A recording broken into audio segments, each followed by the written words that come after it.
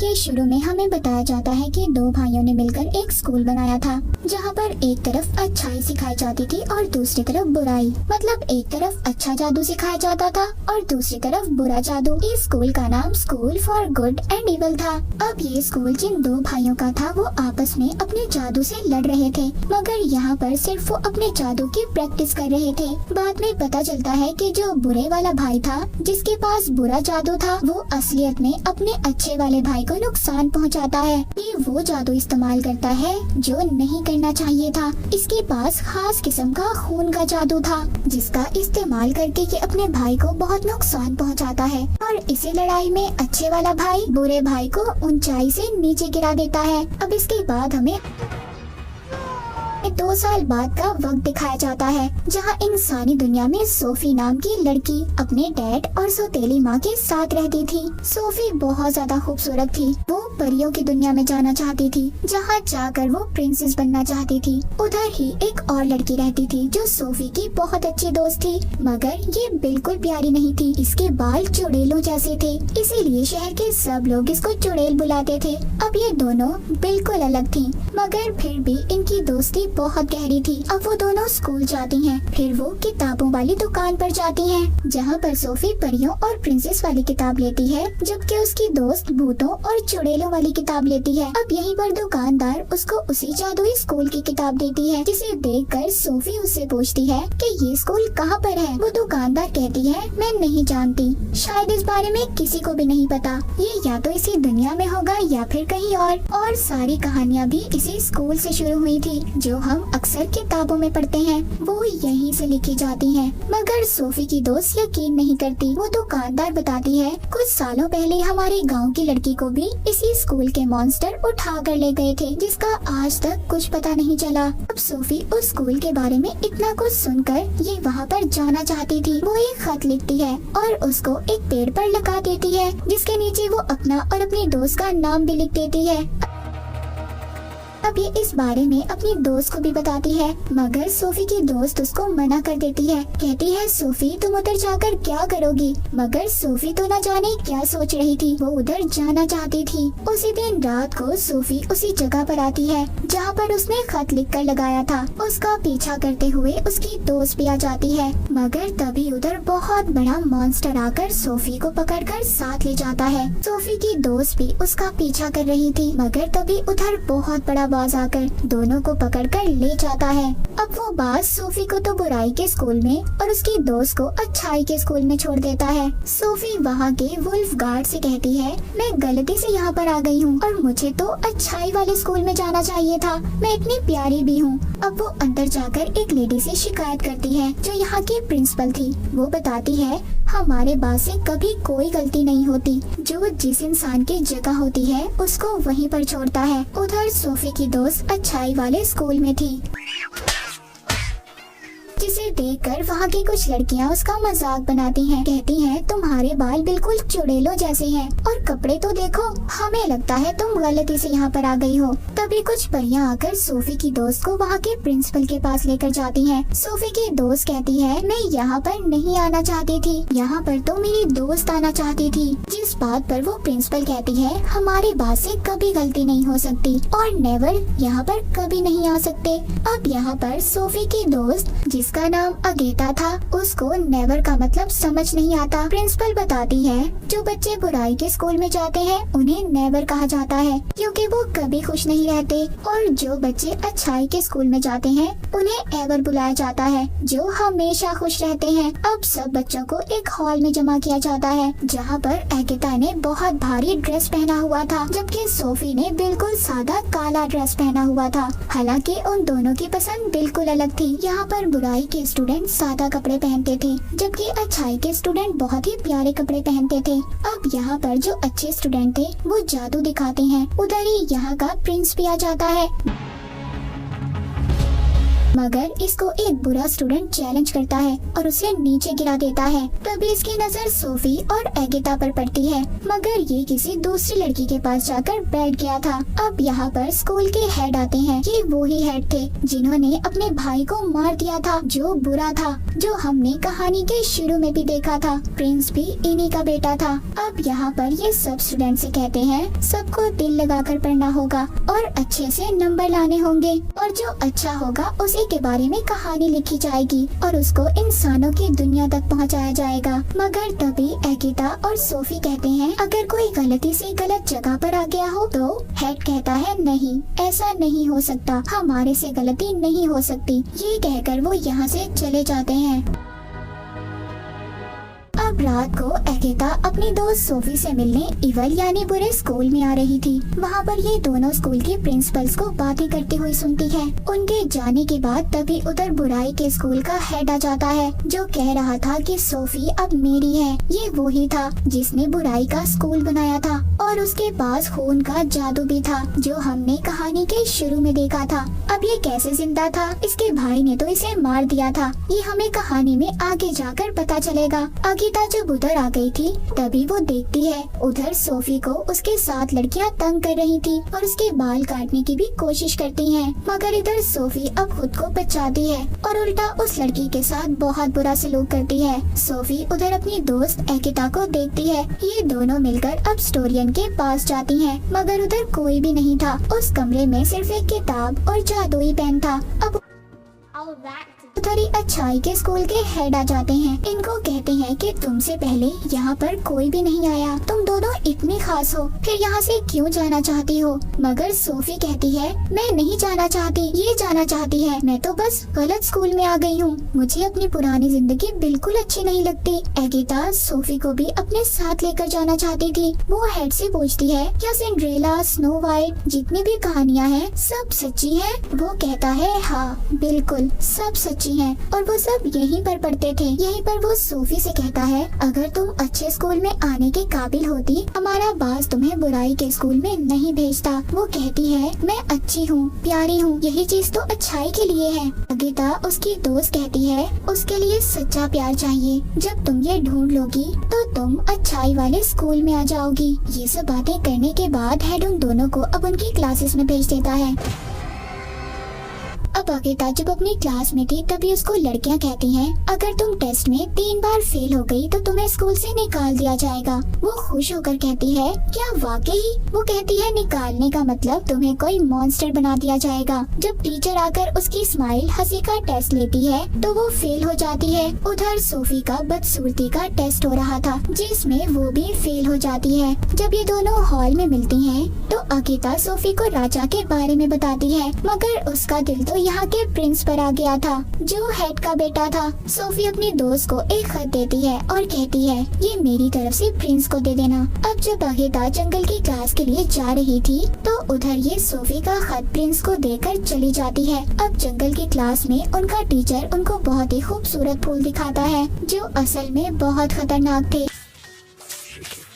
को स्केरक्रो भी दिखाता है जिसको खेतों में खड़ा किया जाता है इंसान जैसा पुतला बनाकर। वो बताते हैं ये रात में जिंदा हो जाता है। तभी उधर एक लड़के को फूल काट लेता है जिससे वो डरकर भाग गया था। ये लड़का तीसरी बार फेल हुआ था। जब अगिता उसका पीछा करती है तो देखती है उसके इर्द गिर्द तूफान का घेरा बन जाता है और वो गायब हो गया था, जिसे देखकर अगिता बहुत ज्यादा डर गई थी। उधर सोफी को भी क्लास में एक लड़की तंग कर रही थी और टीचर भी उसको नहीं रोकती क्योंकि ये बुराई का स्कूल था और इन्हें तो ये सब कुछ देखकर मजा आ रहा था। तभी वो लड़की अपने टैटू से छोटा सा ड्रैगन निकालती है जो सोफी पर हमला कर देता है, उसे तंग करता है, उसे मारने की कोशिश करता है। सोफी कुछ नहीं कर पाती, बस अपनी जान बचाकर इधर उधर भाग रही थी। तभी वहाँ पर बहुत सारी मधुमक्खियाँ आ जाती हैं जो उस ड्रैगन को चिपक गई थी, जिस वजह से अब उस लड़की का दम भी घुटने लगता है जिसने ड्रैगन को सोफी के पीछे भेजा था। तभी सोफी उसको मना करती है। अब जो मक्खियाँ थी वो कोई और नहीं बल्कि बुराई का हेड था जिसके पास खून वाला जादू भी था। सोफी को प्रिंसिपल जल्दी उसे यहाँ से ले जाती है। वो पूछती है ये कौन था। वो अब हेड के बारे में बताती है, साथ ही ये भी कहती है कि तुम बहुत ताकतवर हो। पर सोफी कहती है मुझे ताकतवर नहीं बनना, मैं तो बस अच्छे स्कूल में जाना चाहती हूँ, मुझे तो बस अच्छे स्कूल में जाना है। जिसके बाद दूसरी तरफ हम अच्छाई के प्रिंसिपल को देखते हैं, जो सब स्टूडेंट को ये कह रही थी कि अच्छाई हमेशा बचाती है। तभी अकेता उस लड़के के बारे में पूछती है जो जंगल से गायब हो गया था। वो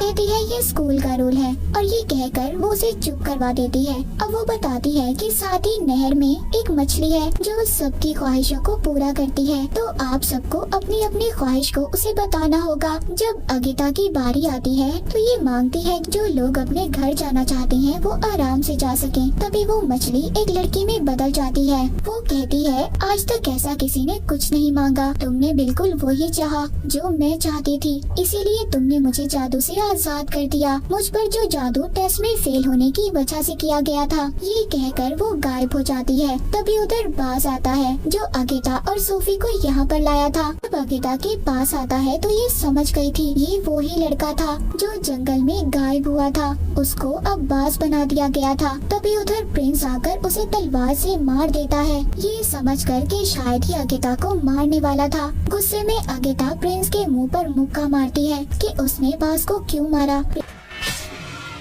प्रिंसिपल से कहती है इस चीज को आप अच्छाई कहते हो, ये कोई अच्छाई नहीं है बल्कि ये तो बुराई से भी बदतर है। जिसके बाद ये सोफी से मिलती है। वो बताती है मैंने बुराई के हेड को देखा है। अगिता कहती है हाँ मैंने भी देखा है। तभी पीछे खड़ा प्रिंस इनकी बातें सुन लेता है। अब अगिता उसे अकेला छोड़कर यहाँ से चली जाती है। प्रिंस उसके खत की तारीफ करता है। तभी बुराई का वुल्फ गार्ड आकर सोफी को लेकर चला जाता है, जहाँ पर बुराई की प्रिंसिपल उसके बाल काट देती है और फिर उसे कमरे में बंद कर दिया जाता है, जहाँ पर शीशे में अब उसके पास बुराई का हेड आता है जो उसे भड़काता है कि तुम्हारा यहाँ पर कोई नहीं है मेरे अलावा और तुम मुझ पर भरोसा कर सकती हो। जिसके बाद अब सोफी भी उसकी बातों में आ जाती है और फिर जब सब स्टूडेंट को एक पिन के जरिए जादू बांटा जा रहा था तो सोफी बहुत ही स्टाइल से उधर आती है और जादू लेकर चली जाती है। सब उसको देख रहे थे। अब उसने उन लड़कियों को भी दोस्त बना लिया था जो उसको परेशान करती थी। अगिता उसको बताती है कि अगर तुमने प्रिंस का दिल जीतना है तो उसके लिए सिर्फ खूबसूरती काफी नहीं है, तुम्हें वो सब करना होगा जो मैं कहती हूँ। अब अगले दिन सोफी प्रिंस के पास जाती है जो तीर मारने की प्रैक्टिस कर रहा था। फिर प्रिंस उसको बताता है कि बुराई के स्टूडेंट कभी सही निशाना नहीं लगा सकते, मगर सोफी निशाना लगा लेती है। देखकर प्रिंस बहुत ज्यादा हैरान था। असल में वो निशाना अगिता के जादू की वजह से लगा था। अब प्रिंस सोफी को अपनी रानी बनाने के लिए चुन लेता है, मगर ये बात किसी को भी अच्छी नहीं लगती। अगिता कहती है जो सच्चा प्यार होता है वो कभी दूर नहीं होता। अब वहाँ पर एक मास्टर कहते हैं ठीक है, इस बात का पता तब चलेगा हम इन दोनों को जंगल में अलग अलग छोड़ देंगे। अगर इन दोनों ने एक दूसरे को ढूंढ लिया तो इनका प्यार सच्चा है, हम भी फिर इनको कभी अलग नहीं करेंगे। अब रात को इनको जंगल में छोड़ दिया जाता है, लेकिन सोफी को उस जंगल के बारे में कुछ भी नहीं पता था। वो उन्हीं खूबसूरत फूलों के पास चली जाती है जो उसे काटने लगते हैं। उसके डर से वो अब स्केरक्रो के पास पहुंच जाती है। रात को जिंदा हो जाता था, वो डर के मारे चिल्ला रही थी। तभी उधर अगिता अपने जादू से कबूतर बनकर अपनी दोस्त की मदद करने आ गई थी। तभी उधर उन्हें प्रिंस की आवाज आती है। अब अगिता खुद छुप जाती है और सोफी को उसके पास भेजती है, मगर उस स्केरक्रो की वजह से प्रिंस की जादुई तलवार नीचे गिर गई थी। स्केरक्रो उसे बहुत ज्यादा मार रहा था। अगिता सोफी को इशारा करती है कि तलवार उठाओ, प्रिंस को दो, मगर वो डर की वजह से कुछ नहीं करती। अब जब प्रिंस मरने वाला था, अगिता खुद आ जाती है और उसकी तलवार उठाकर उसे दे देती है जो स्केरक्रो को मार देता है। प्रिंस सोफी पर बहुत गुस्सा करता है कि उसने उसकी जान नहीं बचाई और यहाँ पर सोफी उल्टा अगिता पर नाराज हो रही थी। अब वो भी उसे छोड़कर चली जाती है। वापस आने पर अगिता की प्रिंसिपल उसको बहुत डांटती है। कहती है क्या तुम्हें अपनी दोस्त पर भरोसा है? वो कहती है नहीं, पर मेरा तो ये मानना है कि सब इंसान ही बुरे होते हैं। उधर सोफी बहुत ज्यादा गुस्से में थी। बुराई का हेड उसको शीशे में उसकी दोस्त दिखाता है। वो ये कह रही थी कि सोफी बुरी है, लेकिन वो उसको पूरी बात नहीं दिखा दिखाता, जिससे सोफी को अब बहुत गुस्सा आता है और अब वो बुराई के हेड के बस में थी। वो उसको खून वाला जादू भी दे देता है, जो सबसे ज्यादा खतरनाक था। जब प्रिंसिपल उसके पास आती है तो ये उन्हें भी सुना देती है। यहाँ पर हमें पता चलता है कि जो बुराई के स्कूल की प्रिंसिपल थी वही लड़की थी जो सोफी के शहर से 20 साल पहले गायब हुई थी। उधर अच्छाई के स्कूल में प्रिंस अब आगेता को अपनी रानी चुन लेता है। तभी इधर सोफी आती है जो अब चुड़ैल बन चुकी थी। उसका चेहरा भी खौफनाक हो गया था। सब उस खून वाले जादू की वजह से था और कहती है तुम्हारी रानी तो मैं ही बनूंगी। ये कहकर चली जाती है। तभी उधर ये देखते हैं कि सोफी ने अपने जादू से आगे सभी गार्ड टीचर्स को छोटे छोटे खिलौनों में बदल दिया था। अब ये देखकर प्रिंस बुराई के स्कूल पर हमला करने चला जाता है, मगर उधर इसके जादू और हमले को सोफी रोक लेती है और उन पर उल्टा हमला कर देती है। अब यहाँ पर जो बुराई के स्टूडेंट थे वो खूबसूरत होने लगे थे और अच्छाई के स्टूडेंट में बदल रहे थे, जबकि अच्छाई वाले बुराई में बदल रहे थे और बदसूरत हो जाते हैं। अब यहाँ पर सबके दरमियान में लड़ाई होना शुरू हो जाती है। आगेता सोफी के पास जाती है, उसे रोकती है, कहती है प्लीज ये सब रोको, ऐसा मत करो। तभी सोफी उधर कमरे में जाती है जहाँ पर जादुई किताब और पेन था। ये यहाँ पर अच्छाई के हेड को मारने आई थी, पर तभी ये देखती है जो अच्छाई का हेड था वो बुराई के हेड में बदल जाता है, जिसने इसे जादू दिया था। अब वो बुराई का हेड कहता है मैं तो शुरू से ही जिंदा था, मैं ऊंचाई से गिरा तो मैंने वापस आकर अपने भाई को मार दिया था और उसकी जगह ले ली थी, जैसे हमें कहानी के शुरू में दिखाया गया था। अब वहाँ पर ये सोफी को जैसे ही अपने काबू में करता है उधर सब कुछ तबाह होने लगता है। सोफी उससे कहती है इसे रोको, मैं ऐसा नहीं चाहती थी, मैं सबको मारना नहीं चाहती थी। तभी उधर आगेता आ जाती है। इस पर वो बुराई का हेड कहता है ये अब मेरी है, तुम इसको कहीं नहीं ले जा सकती। वो कहती है मेरे होते हुए तुम मेरी दोस्त को कुछ नहीं कर सकते। तभी बुराई का हेड उस पर जादुई पेन से हमला करता है, पर उसके आगे सोफी आ गई थी, जो पेन उसे लग जाता है। अब क्योंकि सोफी और बुराई के हेड का जादू एक ही था, जैसे ही वो पेन सोफी को लगता है वो जख्मी हो जाती है और उनका जादू अलग हो जाता है। अब वहाँ पर प्रिंस भी आकर उसे मारने लगता है, मगर वो उल्टा उस पर हमला कर देता है, जिससे प्रिंस भी दूर जाकर गिरता है। मगर सोफी अपने जादू से उसकी तलवार उसकी तरफ कर रही थी, जिसको अब कूद कर आगेता पकड़ लेती है और बुराई के हेड को मार देती है। अब सोफी भी मर गई थी, जिसे आगेता देखकर बहुत रोती है, लेकिन जब उसके आंसू उसके जख्म पर गिरते हैं तो वो दोबारा जिंदा हो जाती है, जिसे देखकर वो बहुत खुश होती है। अब इसके बाद वहाँ पर अच्छाई और बुराई दोनों के लोग मिल जाते हैं। वो सब एक दूसरे के साथ हंसी खुशी रहने लगे थे। तभी वहाँ पर जादू से एक रास्ता खुलता है जो उनके घर का रास्ता था। आगेता कहती है कि तुम सोफी प्रिंस के पास रुको, मैं घर जा रही हूँ, मगर वो कहती है नहीं, हम दोनों इकट्ठे जाएंगे। अब ये दोनों वापिस से अपनी दुनिया में आ गई थी और दोबारा से पुराने जैसी जिंदगी जीने लगती हैं, मगर अब इनके पास जादू था। एक दिन प्रिंस का तीर इंसानी दुनिया में आकर एक पेड़ पर लगता है, जिससे आवाज आती है आगेता मुझे तुम्हारी जरूरत है। और इसी के साथ ये मूवी यहीं पर खत्म हो